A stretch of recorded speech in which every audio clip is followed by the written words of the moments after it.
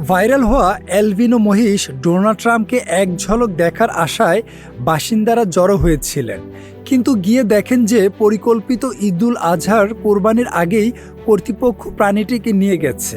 মহিষ ডোনাল্ড ট্রাম্পকে ঢাকা চিড়িয়াখানায় নিয়ে যাওয়া হয়েছে। বেশিরভাগ দর্শনার্থী এলাকায় পৌঁছানোর আগেই মহিষটিকে দড়ি দিয়ে বেঁধে একটি পিকআপে তোলা হচ্ছে এবং তখন সেখানে আগেভাগে আসা লোকজন ভিড় করে আছে। মালিক মনিরুজ্জামান জানান, কর্মকর্তারা এসে তাকে প্রাণীটি হস্তান্তর করার নির্দেশ দেন। আজকে আসলে যে সরকারেতে লোক আছে, আইসা বলছে এটা সরকারে নিয়ে যাবে গা, থানাতে লোক আছে, আমরা দিয়ে দিলাম। কোনো ঝামেলা সরকার যেহেতু চাইছে আমরা সরকারে দিয়ে দিতে হবে, দিয়ে দিলাম। কিছু দর্শনার্থী বিখ্যাত প্রাণীটিকে এক ঝলক দেখা পেলেও অন্যরা হতাশা হন। ইউটিউবে ফেসবুকে অনেক দেখছি যে নারায়ণগঞ্জের গোলাপি কালার ওই ডোনাল্ড ট্রাম্প নামক একটা মহিষ আসছে এখানে, এদের নাম আমরা এখানে দেখতে আসছি। জাস্ট এসে দেখলাম এখান থেকে সরকার নিয়ে গেছে।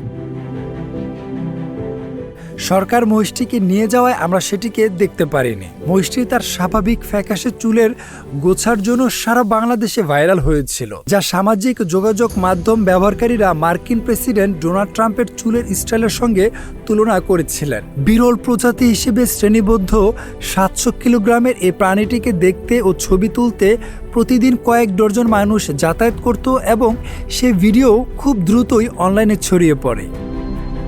Mahdi Hasan, news flash 721।